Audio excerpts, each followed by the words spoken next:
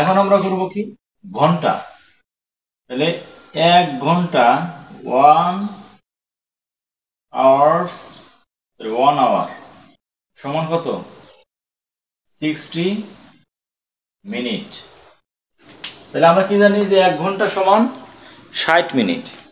1 ঘন্টা সমান 60 মিনিট। তাহলে আমরা যদি সহজে হিসাব করি সেটা কি স্কুল হয় কয় ঘন্টা 10টা থেকে যারা বাচ্চারা তাদের থাকে 12টা পর্যন্ত। তাহলে 10 11 12 10টা থেকে 11টা 1 ঘন্টা 11টা থেকে 12টা 1 ঘন্টা 2 ঘন্টা। তাহলে 2 ঘন্টা মানে তাদের কত মিনিট অফিস করতে হয় 2 আওয়ার্স সমান 60 ইন্টু 2 সমান সমান কি 120 মিনিট। তাহলে বাচ্চাদের অফিস করতে হয় কত স্কুল করতে হয় হলো 120 মিনিট। আর যারা 6 থেকে ক্লাস 10 পর্যন্ত পড়ে তাদের কি 10টা থেকে 4টা তাহলে কয় ঘন্টা হয় 11টা 12টা 1টা 2টা 3টা 4টা 6 ঘন্টা। তাহলে 6 ঘন্টা সমান কত মিনিট 6 আওয়ার্স 6 ইন্টু 60 তাহলে 6 7 36 360 মিনিট।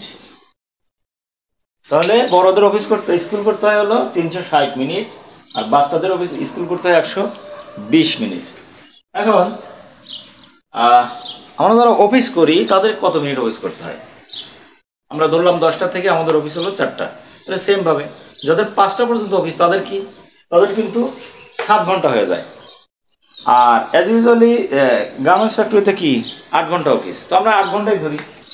8 ঘন্টা অফিস যদি আমরা বলি 8 আওয়ার্স সমান কি 8 ইন্টু 60 তাহলে 5টা 48 480 মিনিট 480 মিনিট। এখন আমরা কি জানি 12 ঘন্টায় দিন 12 ঘন্টায় রাত। আমরা দেখব 12 ঘন্টা সমান কত মিনিট। তাহলে 12 আওয়ার্স সমান 12 ইন্টু 60 তাহলে কত হবে 6 দুগুণে 12 2 6 একে 6 একে 7 0 তাহলে 720 মিনিট। ওকে, এরপর আমরা দেখব কি দিন এবং রাত 24 ঘন্টা। তাহলে 24 ঘন্টা সমান কত হয় 12 আওয়ার্স সমান 24 আওয়ার্স সমান 24 ইন্টু 60 তাহলে কত হবে 424 এর 4 6 দুগুণে 12 আর 2 এ 14 0 তাহলে 1440 মিনিট। তাহলে কি তাহলে আমরা এখানে 1 ডে লিখতে পারি যেহেতু এখানে 24 আওয়ার্স।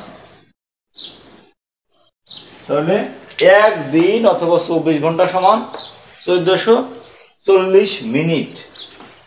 তো আমরা শিখলাম কি ঘন্টা এবং মিনিটের সম্পর্ক।